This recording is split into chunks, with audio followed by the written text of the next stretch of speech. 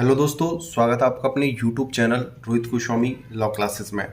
आज मैं आपको कराने वाला हूं लॉ ऑफ टैक्सेशन, जिसे हम कर विधि भी बोलते हैं।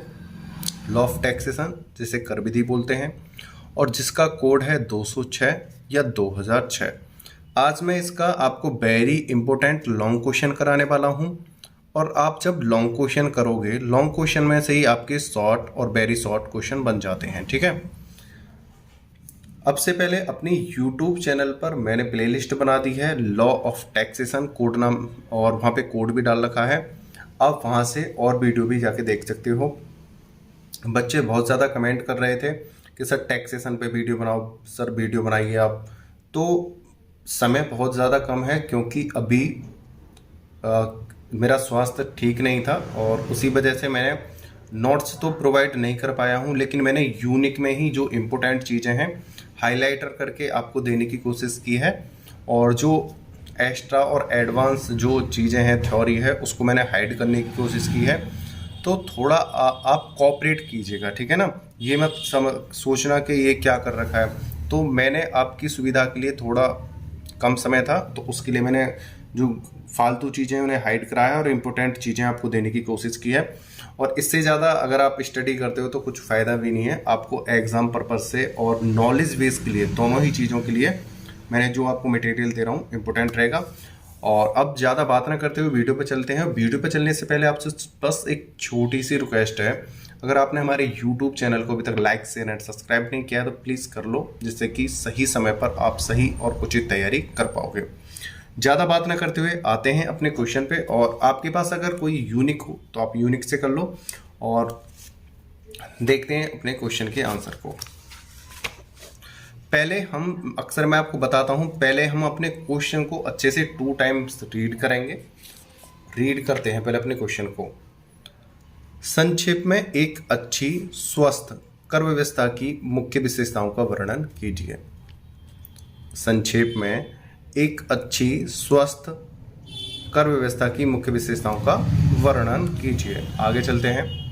हमें एक कर व्यवस्था, मतलब किस प्रकार की कर व्यवस्था होनी चाहिए, उसके बारे में हमें पढ़ना है। हमारा जो मेन उद्देश्य है ये है, कर व्यवस्था की विशेषताएं, ये है जो मेन पॉइंट। इसी के आधार पर हमें आगे चलना है। पढ़ते हैं। अच्छी कर व्यवस्था की प्रमुख विशेषताएं। अच्छी, एक अच्छी कर लो या अच्छी कर लो, एक अच्छी कर व्यवस्था की प्रमुख विशेषताएं। किसी भी राज्य द्वारा कराधान के लिए एक अच्छी कर व्यवस्था की प्रमुख विशेषताएं निम्नलिखित हैं। कौन कौन सी विशेषताएं हैं वो निम्नलिखित हैं, उनको देखते हैं अब। कर व्यवस्था में कराधान के सभी सिद्धांतों का समावेश होना चाहिए। इसमें बोला गया है, सबसे फर्स्ट नंबर का जो पॉइंट है, इसमें बोला गया है कि कर व्यवस्था, जो हमारी कर यानी टैक्स लेने की जो व्यवस्था है, उसमें सभी सिद्धांतों का समावेश होना चाहिए। जो सिद्धांत हमने अब से पहले अपने एडम स्मिथ वाले पढ़े थे, वास्तव वलन वाले मैंने आपको कराए नहीं थे। वो इम्पोर्टेंट तो हैं लेकिन क्वेश्चन बहुत ज़्यादा लेंथी हो जाता, इसलिए मैंने वो उस वाली वीडियो में छुड़वा दिए थे और इतने ज़्यादा ज़रूरी भी नहीं थे, ठीक है ना। और अब हम समझेंगे कि कर व्यवस्था में कराधान के सभी सिद्धांतों का समावेश होना चाहिए। वो कौन कौन से समावेश होने चाहिए, कौन कौन से सिद्धांत हैं, उनको देखते हैं। कर व्यवस्था के लिए सर्वप्रथम यह आवश्यक है कि उसके अंतर्गत प्रसिद्ध अर्थशास्त्री, कर व्यवस्था के लिए सबसे पहले यह आवश्यक है कि उसके अंतर्गत प्रसिद्ध अर्थशास्त्री एडम स्मिथ और वास्तव वलन सिद्धांतों द्वारा वर्णित करों के सभी मौलिक सिद्धांतों को अपनाया गया हो। जो सिद्धांत एडम स्मिथ ने दिए हैं और जो सिद्धांत वास्तव वलन ने दिए हैं, उन सिद्धांतों के आधार को अपनाया गया हो। उन्हीं के सिद्धांतों के आधार पर कर व्यवस्था लगाई गई हो, कर व्यवस्था की गई हो। वास्तव वलन और एडम स्मिथ, और एडम स्मिथ और वास्तव वलन के वो सिद्धांत कौन कौन से हैं उन्हें देखते हैं। दूसरे शब्दों में, कर व्यवस्था में समानता का सिद्धांत, कर व्यवस्था में देखते हैं एडम स्मिथ का समानता का सिद्धांत, एडम स्मिथ का निश्चितता का सिद्धांत, एडम स्मिथ का सुविधा का सिद्धांत, एडम स्मिथ का मितव्ययिता का सिद्धांत। ये सिद्धांत जो चार हैं 1 2 3 4 ये तो हैं एडम स्मिथ। जब आप वहाँ पे अपने आंसर करो तो आप पहले ऊपर डाल देना एडम स्मिथ के सिद्धांत और इन चारों का नाम लिख देना, फिर लिख देना वास्तवलन का सिद्धांत और फिर इन दोनों का नाम लिख देना उत्पादकता का सिद्धांत, लोच का सिद्धांत। ठीक है, ये जो हैं दो 5 और 6 ये वास्तवलन के हैं और ये प्रथम जो चार हैं ये एडम स्मिथ के हैं। ठीक है, ये ध्यान रखना आपको इस प्रकार से लिखने हैं। पहले चार लिख देने हैं एडम स्मिथ के सिद्धांत 1 2 3 4 इसमें लिख देना, फिर लिख देना वास्तवलन के सिद्धांत 1 2 ऐसे आपको लिख देने हैं। इस प्रकार से नोट्स बनाने हैं। ठीक है ना, यहां तक मैंने आपको ये करा दिया। अब चलते हैं थोड़ा आगे समझते हैं। अब आ जाते हैं यहाँ पे अधिकतम सामाजिक लाभ। अधिकतम सामाजिक लाभ दूसरे नंबर का पॉइंट है। अधिकतम सामाजिक लाभ कराधान या कर व्यवस्था इस प्रकार की होनी चाहिए। देखो एक बात आपसे कह रहा हूं, अगर आपने अभी कराधान की फर्स्ट वीडियो नहीं देखी है तो आपका ये क्वेश्चन अच्छे से समझ में नहीं आएगा। इसको क्रम वाइज में इसलिए कराता हुआ चल रहा हूं। आप पहली वीडियो को जाके देख लीजिएगा। पहली वीडियो अगर आपके अच्छे से समझ में आ जाएगी तो आप दूसरी वीडियो को अच्छे से देख पाओगे, समझ पाओगे। ठीक है ना, तो इसलिए आप फर्स्ट वीडियो को देखना, तभी ये चीजें इसमें से कुछ ऐसी हैं जो समझ में आ पाएंगी। ठीक है, तो अधिकतम सामाजिक लाभ कराधान या कर व्यवस्था इस प्रकार की होनी चाहिए कि उसके पालन से समाज को अधिकतम लाभ प्राप्त हो। मतलब कोई भी कर व्यवस्था, देखो जब भी हम कोई समाज के लिए कार्य करते हैं या कोई नियम लागू करते हैं या व्यवस्था बनाते हैं तो इसलिए बनाते हैं कि जो समाज है उसमें थोड़ा अच्छा सुधार हो या जो लोग हैं उनके लिए थोड़ा अच्छा हो। ठीक है ना, तो ऐसे ही यहाँ पे कह रहा है कि कर व्यवस्था इस प्रकार की होनी चाहिए कि उसके पालन से समाज को अधिकतम लाभ प्राप्त हो। इस उद्देश्य की प्राप्ति के लिए करों को लोगों के विभिन्न वर्गों पर इस प्रकार लगाया जाना चाहिए कि विभिन्न करों का सीमांत त्याग सभी पर समान हो। मतलब हमें इस प्रकार के कर लगाने चाहिए जो सभी लोगों पर समान हो और वर्गों में विभक्त हो। अगर अमीर है तो उस पर थोड़े ज़्यादा कर लगाए जाएं, गरीब है तो उस पर थोड़े कम टैक्स और कर लगाए जाएं, और कर और टैक्स इस प्रकार से लगाए जाएं कि जो उनकी सामाजिक व्यवस्था को भंग ना करे। ठीक है ना, उनके समाज को, उनके सामाजिक स्थिति को परेशान ना करे और उन लोगों को परेशान ना करे। ठीक है, आगे चलते हैं। अब सपोज करो हम टैक्स भी दे रहे हैं और हमें परेशानी भी हो रही है, तो आदमी टैक्स देते समय बहुत ज़्यादा दुख महसूस करेगा। तो इसलिए हमें कर इस प्रकार के लगाए जाने चाहिए कि हमें दुख भी ना हो और आसानी से हम अपने करों को देते हैं। ठीक है ना, आगे चलते हैं। कर भार के वितरण में समानता। कर भार यानी जैसे हमने कोई कर लगाया और टैक्स लगाया, कर लगाया, अब हम उसको किस प्रकार से वसूल करेंगे।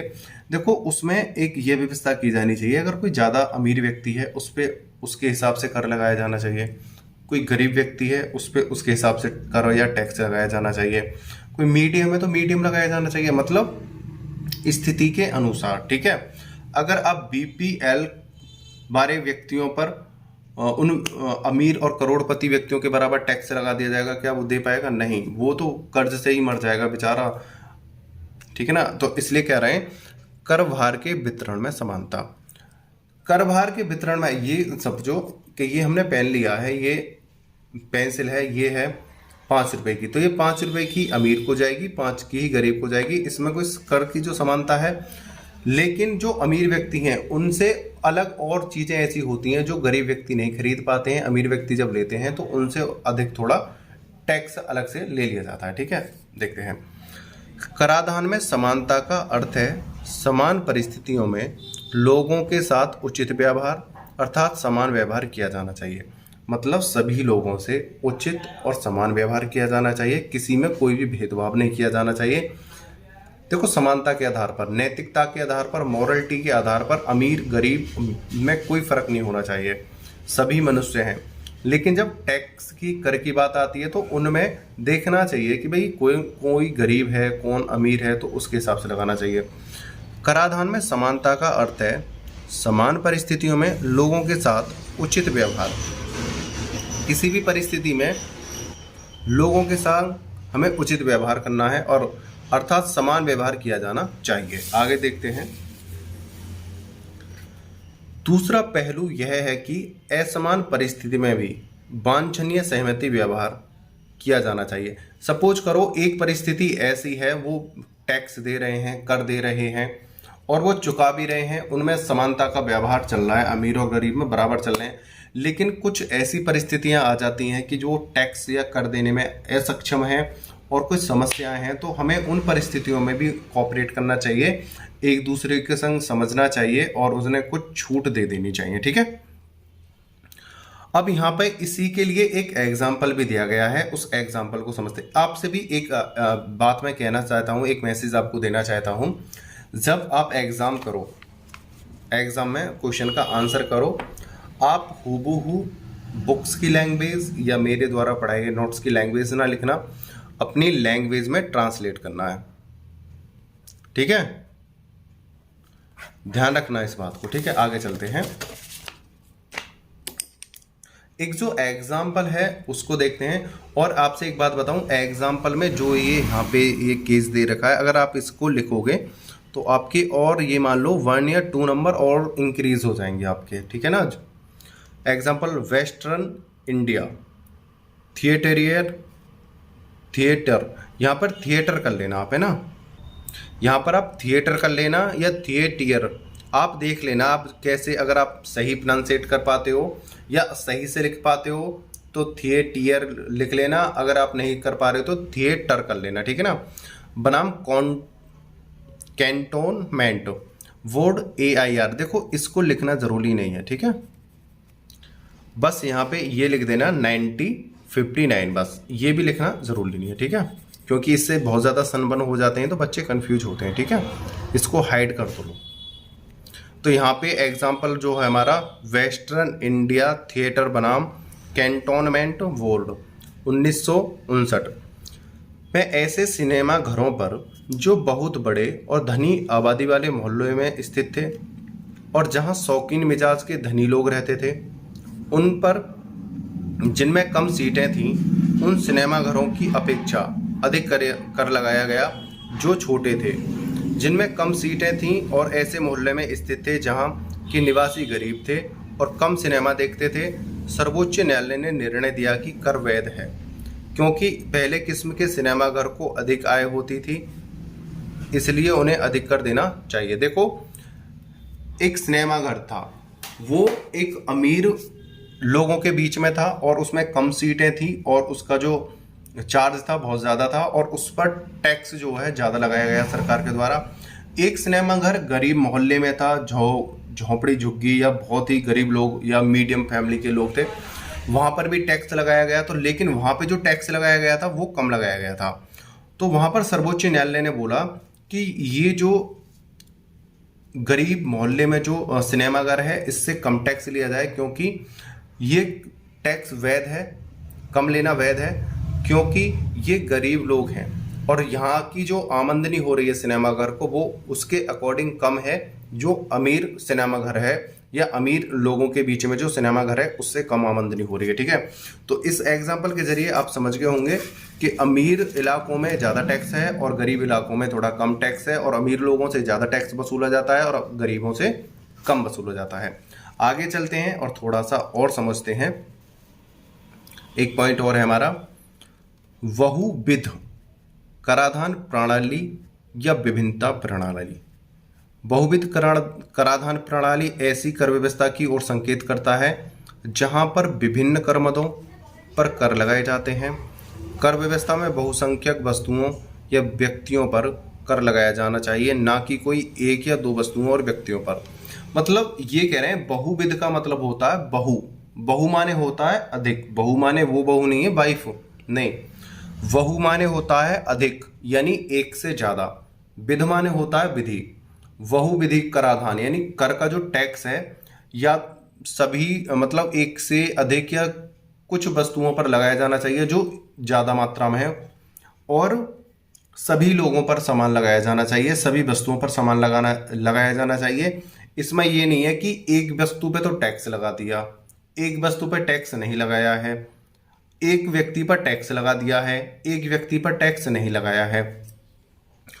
तो यहां कह रहा है बहुविध कराधान प्रणाली ऐसी कर व्यवस्था की ओर संकेत करता है, ये ऐसी व्यवस्था की ओर संकेत करता है या ऐसी व्यवस्था पे काम करने के लिए कहता है जहां पर विभिन्न कर मदों पर कर लगाए जाते हैं, मतलब भिन्न भिन्न अलग अलग प्रकार के जो कर लगाए जाते हैं।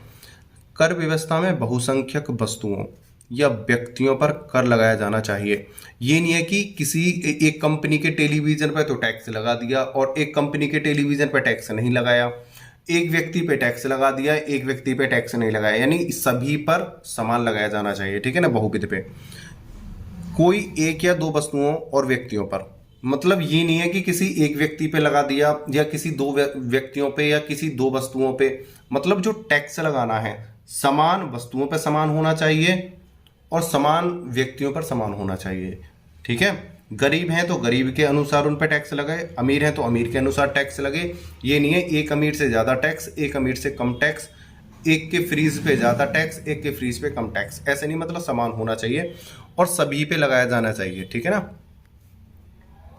लेकिन इसमें गरीब अमीर का अंतर यहाँ पे पहले ही डिस्कशन कर चुके हैं। आप बोलोगे सर आप तो कह रहे हो सभी पे समान लगाना चाहिए, गरीब लेवल के हैं तो गरीबों में समान होना चाहिए, अमीर लेवल के हैं तो अमीरों में समान होना चाहिए, ठीक है।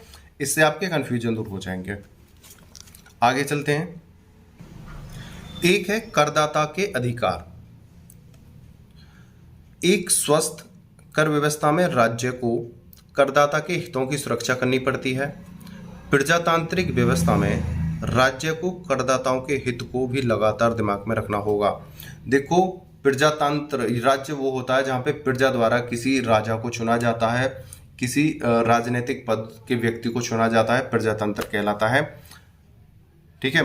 यहाँ पर क्या है, जहाँ पर प्रजा का बोलबाला होता है वहाँ पर प्रजाओं के हितों का भी हमें ध्यान रखना चाहिए। सपोज करो हम जिन लोगों से टैक्स ले रहे हैं हम उन्हीं की देखभाल नहीं कर रहे हैं, हम उन्हीं लोगों को परेशान कर रहे हैं, तो क्या हमारा टैक्स लेना उचित है? क्या वो लोग हमें टैक्स दे पाएंगे? नहीं भाई, आंदोलन हो जाएगा, हड़तालें हो जाएंगी, संघर्ष विरोध होने लगेंगे, ठीक है। तो यहाँ पर क्या बोला है, करदाता के अधिकार। एक स्वस्थ कर व्यवस्था में अगर हमें सही व्यवस्था, कर व्यवस्था स्वस्थ यानी बिना झगड़े की, बिना टेंशन की, बस बढ़िया वाले जो कार्य होते हैं कर व्यवस्था, एक स्वस्थ कर व्यवस्था में राज्य को करदाता के हितों की सुरक्षा करनी पड़ती है। करदाता यानी जो टैक्स पे करता है उनके हितों पे कोई झंझट ना हो, उन्हें किसी प्रकार की परेशानी ना हो। प्रजातांत्रिक व्यवस्था में राज्य को करदाताओं के हितों को भी लगातार दिमाग में रखना होगा। उनके जो कर हैं उनको उनको प्राप्त करते समय करदाता को किसी प्रकार की समस्या ना हो और कोई उन्हें हानि ना हो या वो किसी भी प्रकार से टेंशन में नहीं आए, उनकी हमें देखभाल करनी है, ठीक है। अब ये कह रहे हैं कर अधिकारियों को चाहिए, मतलब जो कर हमसे वसूल करते हैं कर अधिकारी, जो हमने कर वसूल करने के लिए सरकार ने जो न्यायालय बना रखे हैं, न्यायालय मान लो, ऑफिस मान लो, जो भी है जो बना रखे हैं, उनको यह ध्यान रखना चाहिए। इसको पहले तो यहां से काटो। कर उपायों के बारे में अपनी समझ का दायरा बढ़ाएं। मतलब जो अधिकारी हैं, एक तो उनकी भी नॉलेज अच्छे लेवल की होनी चाहिए। दूसरी बात, जिन लोगों से वो कर ले रहे हैं उनको एक्सप्लेन करें कि भाई आपको किस वजह से हम कर ले रहे हैं, कितनी मात्रा में कर ले रहे हैं, और हम आपसे कर जो ले रहे हैं, हम आपसे जो टैक्स ले रहे हैं, कब लेंगे। कर लेने वाले अधिकारी को भी ये नॉलेज होनी चाहिए और जो दे रहा है उसको सही से समझाया जाना चाहिए कि आपको कितना टैक्स देना है, कब देना है, कितनी मात्रा में देना है। ये सारी चीज़ें होनी चाहिए जिससे करदाता को कोई समस्या ना हो। दूसरा पॉइंट है, करदाताओं की शिकायतों को तुरंत और उचित रूप से निपटारा करें। अगर एक बात बताओ, कोई करदाता है, उसकी कोई समस्या है, उस समस्या को तुरंत ही निपटारा करा जाए कि भाई मैं टैक्स दे रहा हूँ और मेरी कोई समस्या है, बताओ मैं क्या करूँ अब। तो उनकी कोई भी समस्या है, किसी भी प्रकार की समस्या है टैक्स से रिलेटेड, ये नहीं है कि अब करदाता की लड़की की शादी नहीं हो रही है तो उसकी समस्या को वो सुलझाएगा, नहीं। समस्या है कर देने में, अगर कोई समस्या उत्पन्न हो रही है पैसे को लेकर, टाइम को लेकर, या कोई धोखाधड़ी हो रही है, उन सभी समस्याओं का समाधान उचित रूप पे और तुरंत होना चाहिए। ठीक है। करदाताओं के असुविधाओं को न्यूनतम करने का प्रयास करें। ये नहीं है कि जो करदाता हैं, हमें जो कर दे रहे हैं, हमें टैक्स दे रहे हैं, हमारे राज्य को, सरकार को चला रहे हैं, उनको ही अगर असुविधा होने लगेगी, अगर वही लोग परेशान होने लगेंगे, उनका व्यापार में मन नहीं लगेगा, और जहाँ से वो इनकम करके हमें टैक्स पे कर रहे हैं हमारी सरकार को, फिर उनका ध्यान भटक जाएगा और या तो वो अपने व्यापार को बंद करेंगे या वो टेंशन में आ जाएंगे। तो उनकी समस्याओं का समाधान किया जाना चाहिए करदाताओं का। और एक कर समस्याओं का, ठीक है ना, करों का सार्वभौमिक प्रयोग। अब यहाँ पे बात कर रहे हैं करों का सार्वभौमिक प्रयोग। और एक बात आपसे देखो, फिर बीच में बोल रहा हूं, अगर आप करदाता के अधिकार के साथ साथ अगर आप इन पॉइंटों को ही लिख दोगे ना, तो भी आपको नंबर अच्छे मिलेंगे। ये एक्सप्लेन करोगे तो भी अच्छे नंबर मिलेंगे। करदाता के अधिकार के बारे में अपनी तरफ से एक्सप्लेन करके लिख दोगे तो भी आपको नंबर मिलेंगे। ठीक है ना, नंबर मिलेंगे, बस नॉलेज का खेल है। आप अपने बात को किस प्रकार से प्रेजेंट कर सकते हो, किस प्रकार से आप बता सकते हो, किस प्रकार से बोल सकते हो। ठीक है ना, आपको अपनी बातों को लिखने का और कहने का तरीका आना चाहिए। ठीक है ना, आप अपनी लैंग्वेज में ये सारी चीजें, आप यहाँ से कुछ भी ना उठाओ और अपनी ही लैंग्वेज में वहां कर दो तो भी नंबर आपको मिलेंगे, लेकिन आपको अच्छे से एक्सप्लेन करना आना चाहिए। ठीक है ना, और जो रट रट के जाते हैं बिल्कुल same to same, heading by heading, point by point, बहुत से बच्चे तो ये करते हैं कि नंबर 2 पे वो हेडिंग आ रही थी और मैंने तो नंबर 3 वाली लिख दी। अरे भैया कोई प्रॉब्लम नहीं है, आगे ऊपर नीचे पीछे कुछ हो जाए कुछ दिक्कत नहीं है। ठीक है ना, करों का सार्वभौमिक प्रयोग। करों का सार्वभौमिक प्रयोग। अच्छी कर व्यवस्था में व्यक्ति को कर अपनी योग्यता के आधार पर देना चाहिए। करों का सार्वभौमिक प्रयोग, इसे लिख लेना अच्छे से। एक अच्छी कर व्यवस्था में व्यक्ति को कर अपनी, यहाँ पे ये अपनी लिख रखा है, ठीक है ना, योग्यता के आधार पर देना चाहिए। जो व्यक्ति समान योग्यता रखते हैं उन्हें बिना किसी भेदभाव के समान अंशदान करना चाहिए। भारत के आयकर अधिनियम के अंतर्गत इस विशेषता की कमी है क्योंकि यहाँ पर कृषि आय पर उस सीमा तक कर नहीं लगाया जाता है जिस सीमा तक गैर कृषि आय सेक्टरों पर कर लगाया जाता है। देखो यहाँ पर क्या बोल रहे हैं, अगर कोई व्यक्ति है समान मात्रा में इनकम कर रहे हैं तो उन पर समान मात्रा में टैक्स लगाया जाना चाहिए। लेकिन भारतीय सरकार के अंदर क्या है, अगर कोई व्यक्ति व्यापार करके पैसा कमा रहा है 1 लाख रुपए, तो उस पर कुछ टैक्स लग रहा है सपोज करो, और 1 लाख रुपए कृषि से कोई व्यक्ति कमा रहा है उस पर टैक्स नहीं लग रहा है, तो हमारी ये जो कर व्यवस्था है ये बहुत ही बेकार है। तो यहाँ पर ये कह रहे हैं कि जो करों का भार है, करों का जो भार है, करों का जो सार्वभौमिक प्रयोग है वो सभी पर समान होना चाहिए। अगर वो फैक्ट्री वाला 1 लाख रुपए पे टैक्स दे रहा है, 10 लाख पे टैक्स दे रहा है, तो कृषि से प्राप्त जो आय है 10 लाख रुपए उस पर भी समान टैक्स दिया जाना चाहिए। तो यहाँ पे कह रहे हैं कि सभी सेक्टरों में समान टैक्स होना चाहिए। ये नहीं है कि कृषि से आप इनकम कर रहे हो तो आप उस पर टैक्स न दोगे। तो यही यहाँ पे बोलिए, अच्छी कर व्यवस्था में व्यक्ति को अपनी योग्यता के आधार पर कर देना चाहिए और जो व्यक्ति समान योग्यता रखते हैं उन्हें बिना किसी भेदभाव के समान अंश देना चाहिए। ये तो यहाँ पे कह रहा है, समान कर समान योग्यता पर देना चाहिए, समान कर देना चाहिए। भारत के आयकर अधिनियम के अंतर्गत विशेषता की कमी है। देखो यहाँ कह तो दिया है कि समान आय पर समान कर दिया जाए, लेकिन भारत में ये कमी है कि फैक्ट्री से इनकम हो रही है तो टैक्स, कृषि से इनकम हो रही है तो टैक्स नहीं, क्योंकि यहाँ पर कृषि आय पर उस सीमा तक कर नहीं लगाया जाता जिस सीमा तक गैर कृषि आय सेक्टरों पर लगाया जाता है। तो यहाँ पर बोला गया है कि यहाँ पर कह रहे हैं कि कृषियों पर भी समान टैक्स लगाया जाए। अगर कृषि से 10 लाख की इनकम हो रही है, फैक्ट्री से भी 10 लाख की इनकम हो रही है, तो दोनों पर समान टैक्स या कर का भार होना चाहिए। एक पॉइंट और आ जाता है, यहाँ पे आ जाता है सामाजिक नियंत्रण। कराधान की एक प्रमुख विशेषता यह भी है कि राज्य को इसके माध्यम से समाज पर नियंत्रण स्थापित किए जाने का प्रयास किया जाना चाहिए। इस उद्देश्य की प्राप्ति के लिए राज्य को निम्नलिखित कार्य करने चाहिए। यानी समाज पर नियंत्रण, सामाजिक व्यवस्था पर नियंत्रण करना चाहिए। क्यों करना चाहिए उसको देखो, धन के एकत्रीकरण को रोकना, यानी कोई व्यक्ति अपने घर में ही पैसे को इकट्ठा कर रहा है ऐसी इसके लिए सामाजिक नियंत्रण होना चाहिए भाई, उसे रोकना चाहिए। सार्वजनिक भलाई के लिए धन का पुनर्वितरण करना, मतलब किसी पैसे को अपने को वितरण कर रहा है पुनः, मतलब एक बार दे दिया, 2 बार दे दिया, 3 बार दे दिया और बिना टैक्स के दे रहा है वो ना। तो ऐसे व्यवस्थाओं को, ऐसी समस्याओं पर समाधान करना चाहिए और उनको देखभाल करना चाहिए। ठीक है। लोक कल्याण राज्य का रखरखाव, मतलब लोक कल्याण के राज्य के लिए रखरखाव होना चाहिए।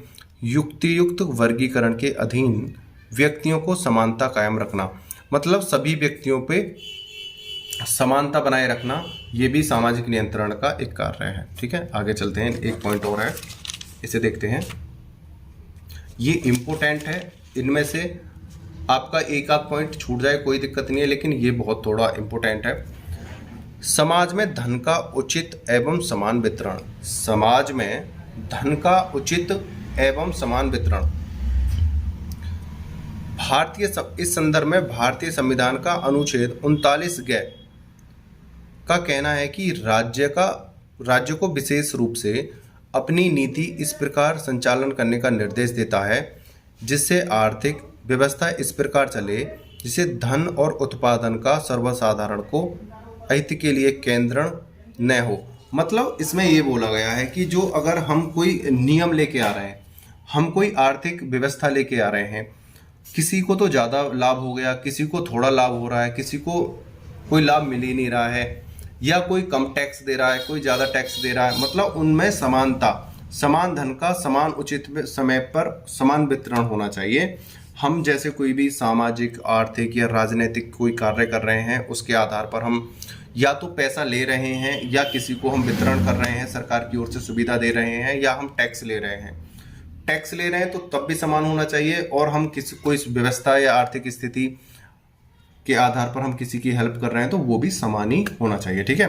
तो यहाँ पर ये बोला है 39 के अनुसार, भारतीय संविधान का अनुच्छेद 39 का कहना है कि राज्य को विशेष रूप से अपनी नीति इस प्रकार संचालन करने का निर्देश देता है जिससे आर्थिक व्यवस्था इस प्रकार चले जिसमें धन और उत्पादन, धन होता है पैसा, उत्पादन होता है किसी का प्रोडक्ट बनाना, है ना, सर्वसाधारण के हित के लिए केंद्र न हो।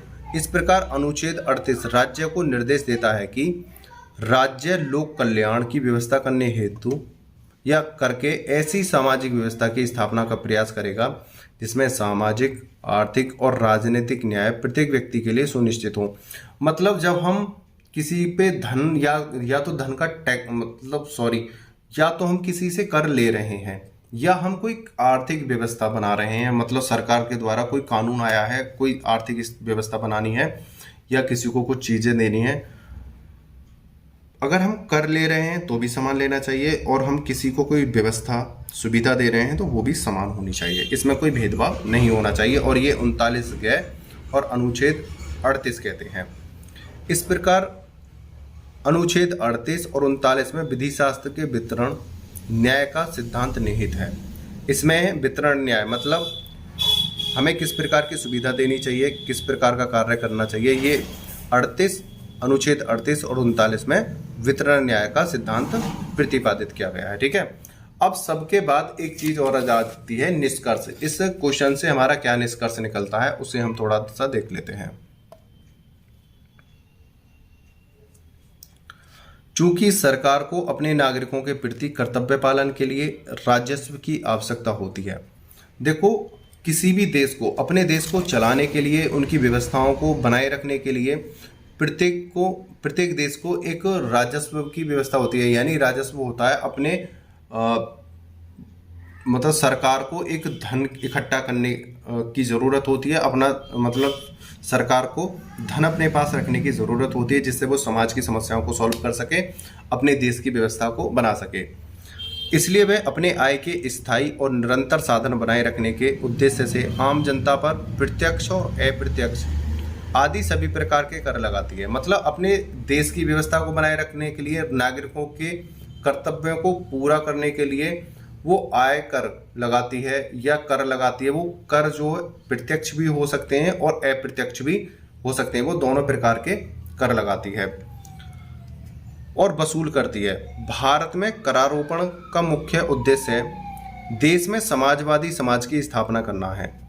यह तभी संभव है जबकि देश में अमीरों और गरीबों के बीच की खाई को पाटा जा सके।